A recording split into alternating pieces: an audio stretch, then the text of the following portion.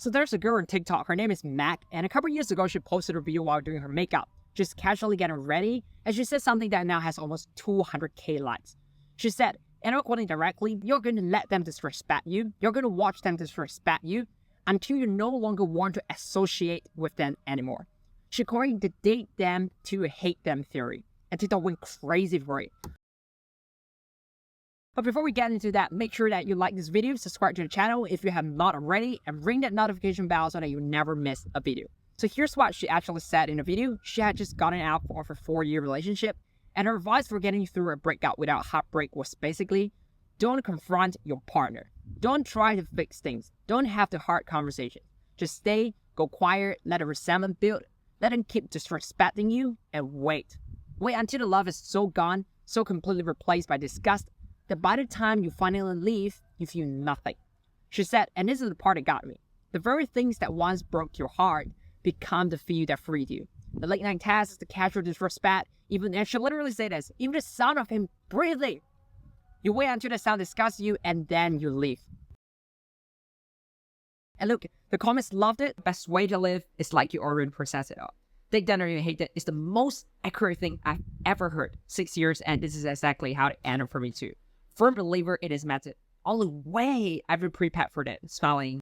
192,000 likes, nearly 3,000 comments, and it just resurfaced again. People are sharing it right now in 2026 like it's new advice. And I said with this for a while because I get it on the surface. Leaving someone is hard.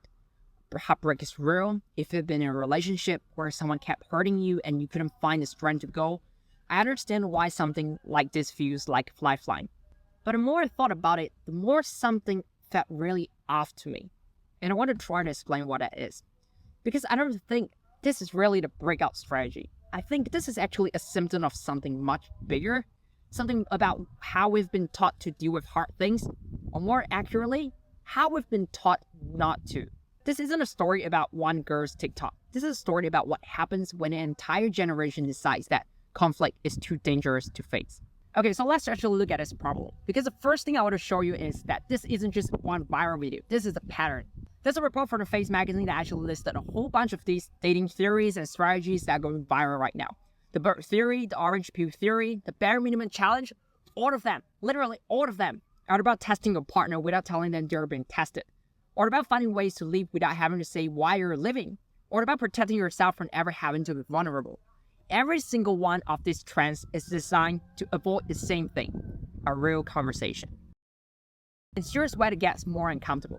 Because the 2025 Forbes Health Survey actually found that about 78% of people who dated online reported feeling stressed and overwhelmed from repeated bad experiences.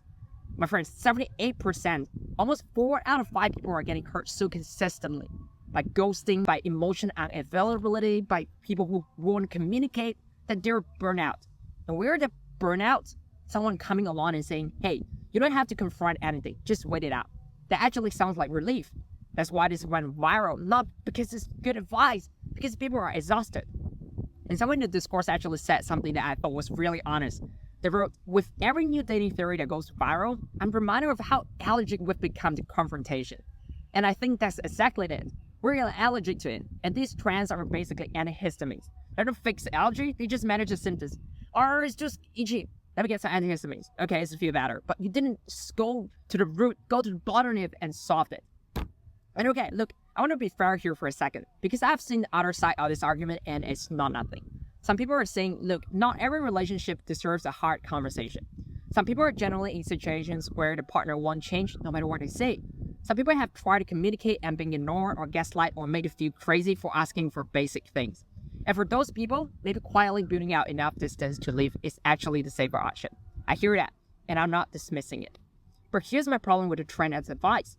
The video isn't telling you if you try everything else and nothing worked, here's the last resort. It's being presented as a strategy, a smart move, the thing to do. And the comments aren't people saying, I tried this as a last resort. That people are saying, this is the best way to leave. Full stop. A therapist who specializes in breakouts put it like this. She said this trend undermines your ability to trust yourself and to listen to that little voice inside of you. It suggests that we can do hard things, like have a hard conversation or recover from a broken heart. And then she said something that I keep thinking about. She said, take till you hate says, endure misery now so that walking away later is easier. Don't stand up for yourself now so that you can stand up for yourself later. And the cost of that strategy is that you lose a little bit of yourself each day along the way. You lose a little bit of yourself each day along the way. That's the reality. Okay, and here's the part I actually find the most interesting about this whole thing. Because there's a contradiction sitting right in the middle of this trend, and I don't think people are talking about it. The entire premise of date them to hate them is this person is disrespecting you. They're treating you badly. They're not giving you what you need, right? That's the setup. So the solution that TikTok is offering is stay. Let them keep doing it. Don't say anything. Just absorb the disrespect silently until you hate them enough to leave. You're solving the problem of being disrespected by letting yourself be disrespected more. Think about what we're actually teaching here. We're teaching people that a way to protect yourself from being hurt is to let yourself be hurt, just more efficiently. We're teaching people that a hard, honest conversation is more dangerous than months of silent resentment. We're teaching people that the goal of a relationship is to get out of it with as little damage to yourself as possible, not to actually try. And you know what's interesting? We would never accept this logic anywhere else. If a friend told you, yeah, my job treats me terribly, I'm gonna stay and let them treat me worse until I hate it enough to quit. We'd tell them, that's insane. Are you crazy?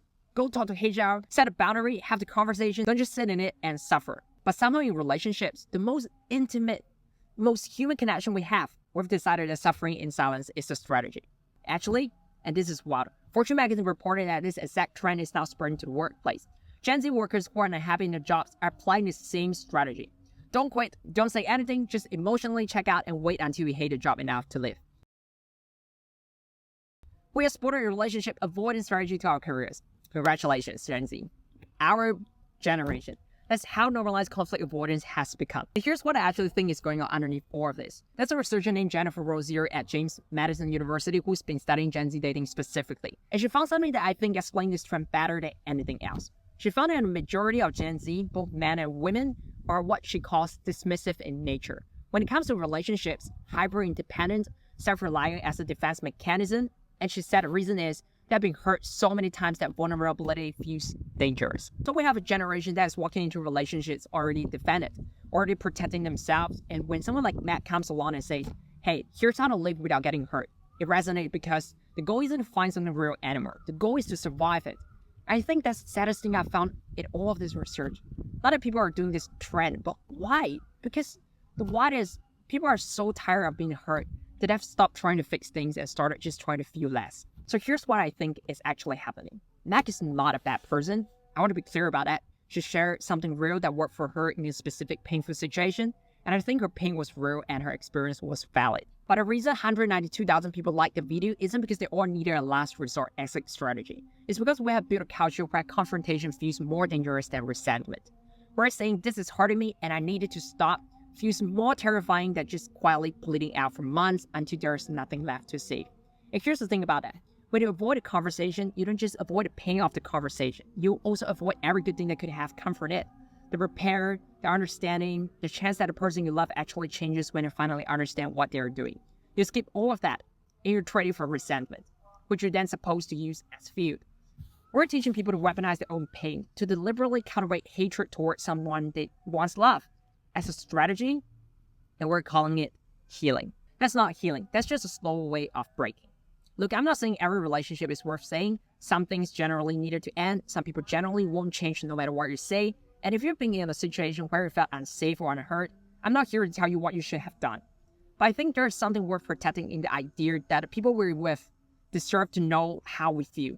That they deserve the chance to hear it and respond, even if the response is disappointing, even if the conversation is hard, even if it ends badly. Because here's the thing, the version of you that chose avoidance, that stayed silent, that waited and waited until love curdled into hate, that version of you didn't protect yourself. That version just arrived at the same ending having spent more time hurting. The hard conversation is terrifying, I get it. But it's also the only version of the story where you actually find out what was possible. Anyway, that's what I think. Drop me in the comments, do you think this trend is a survivor too, or are we just getting better at running away? I read all of them. See you next time.